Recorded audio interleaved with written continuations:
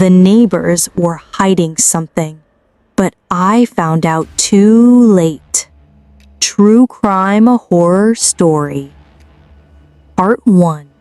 The Backyard Secret. It started with a missing boy. 5 years ago, my next-door neighbor Charles came knocking. Face pale, hands trembling. His 14-year-old son had vanished. It hit the news, made the rounds on TV, and our quiet neighborhood changed overnight. My wife and I did what we could, offered food, support, prayers, but as time went on with no leads, no body, no closure, the sympathy turned to uneasy silence. Charles and his wife, Kathy, were never the same.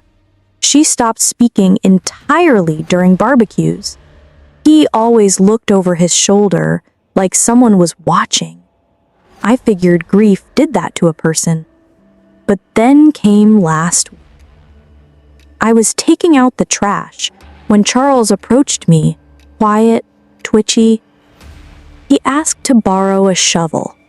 No questions asked, I handed over my best one.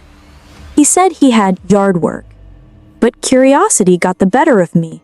So when I went upstairs, I glanced out the window. Charles wasn't gardening. He was digging a hole, a deep one. Something about the way he dug made me uneasy. So I went over, shovel in hand, offering help. He snapped, his whole face twisted into something I didn't recognize. No, I will not let you use that shovel in my yard. Leave. That tone wasn't just defensive. It was desperate, like I'd interrupted something I wasn't meant to see. Later that night, around 1:30 a.m., I heard metal scraping against dirt. I snuck outside. Charles was digging again, harder this time, frantic. When he went inside for a moment, I crept into his backyard. The hole was deep, and sticking out of the bottom was the corner of a black garbage bag, torn, revealing a foul smell that turned my stomach. I ran before he returned. The next morning, the hole was gone, patched perfectly, and his SUV no longer in the driveway, but parked oddly on the street, as if ready to leave at a moment's notice. I can't prove what he was burying or unburying, but ever since that night, Charles won't speak to me. He avoids eye contact. And 2 days ago, I looked out my window and caught him staring into mine from his house. Middle of the day, eyes unblinking.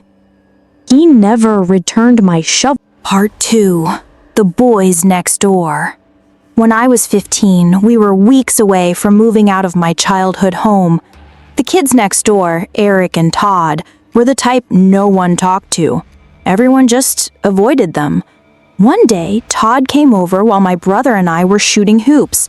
He was odd but friendly, asking if the rumors about us moving were true. Then he invited us to shoot BB guns with him and Eric down by the river. Something felt off, but I agreed. We didn't tell our parents. The next day, the boys showed up dressed like soldiers, camouflage, boots, a duffel bag that clinked ominously as they walked. When we got to the woods, Todd unzipped the bag and handed me and my brother what looked like BB guns until he said they were real. Eric pulled out a loaded pistol and started firing into the trees. I froze. Then I snatched the gun from my brother's hand, threw it in the bag, and told them we were leaving. Todd's face went blank, then cold. Eric muttered something under his breath. That night, I woke up to a cold breeze. My window, which I never left open, was wide, and I felt something. Metal, pressing against the back of my head. A whisper came from behind me. Tell anyone, and I'll kill your whole family." It was Todd's voice. I said nothing. I didn't move. He slipped out the window. For the next few weeks, they watched us. Every night, one of them would be at a window, staring, never blinking. Then one night, Todd threw a rock at my window and pointed a gun up at me. I ducked, ready to die. But laughter echoed from the street. They were playing with me. A sick game. We moved a week later. We never told anyone, not even our parents. I don't know where they are now. But some nights, I wake up with that cold breeze again. Part 3.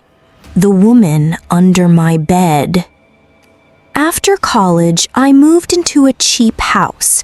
Rent was dirt low, and the reason was obvious. On one side, a party house. On the other, a nightmare. An older woman in her 60s lived with a younger woman, possibly her daughter, who clearly had severe mental issues. I'd often sit on my porch and watch scenes unfold. The younger one would rock back and forth, arms folded tight, muttering, sometimes pointing at me and screaming. The older one just stared. One night, their screaming was too much. I had work in the morning, so I marched over and knocked. The old woman opened the door and snapped, "What the hell do you want?" I asked, politely, to keep the noise down. Behind her, the younger woman charged forward screaming, "How dare you!" The door slammed in my face. But afterward, they went silent. At 3 a.m., I woke to a noise downstairs. I checked, but found nothing. I went back to bed. Then I felt it, a breath on my face, something cold and wet brushing my cheek. I opened my eyes and turned on my phone flashlight. There, at the edge of my bed, was a face, the younger woman's face, contorted and wild, staring at me from under the frame. When the light hit her, she screamed. So did I. She chased me out of the room. I barely managed to slam the door and lock it. When the police came, she was still screaming, still pounding at the door. The older woman pleaded with the cops not to take her. They asked if I wanted to press charges. I said no. But the way the older woman glared at me, pure hate. Something told me this wasn't the end. Later that night, I saw her car drive away, but she still lives next door. And some nights, I hear scratching at my wall. Part 4. The House Across the Alley. Section 1. New place, old feeling. I moved into my new home at the beginning of September. A narrow, 2-story townhouse tucked into the edge of a long alleyway that cut behind a row of older properties.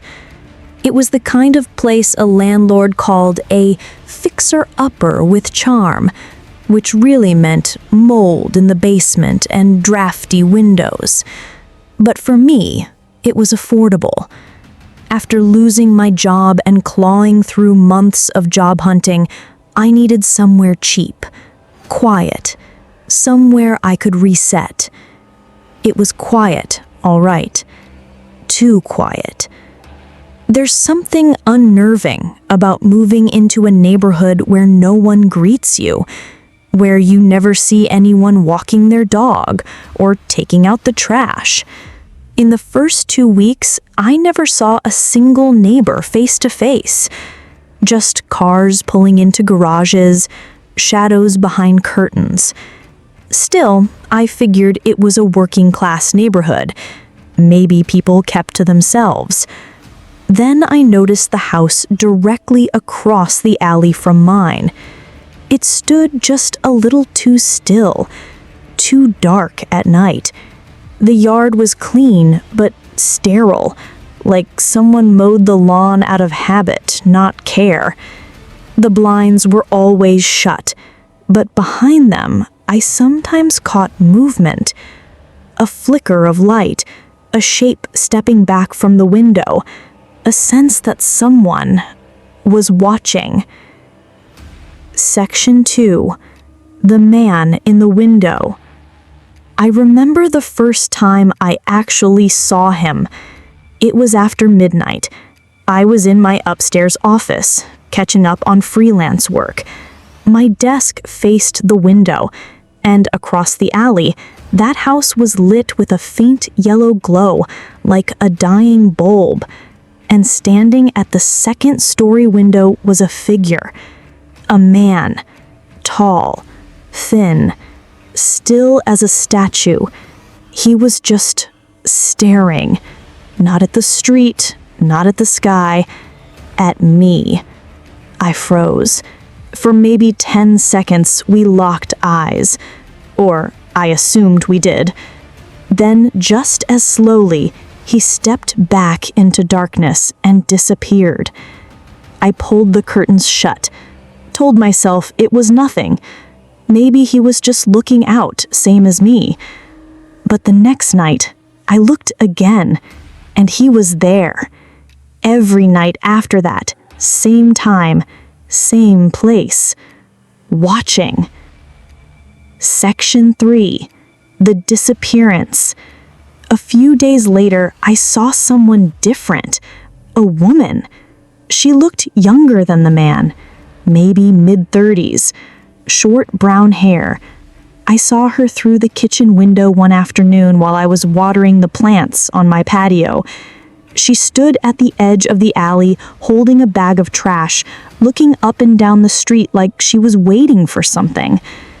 When our eyes met, she looked startled, then relieved. She gave me a small wave. I nodded politely and turned away, not sure what to make of it. But there was something in her face I couldn't shake, like she'd just seen land after drifting at sea. I never saw her again. Section 4. Something in the basement. 2 nights later, I heard the sound for the first time. It started as a low thud, not the kind of noise you hear and write off.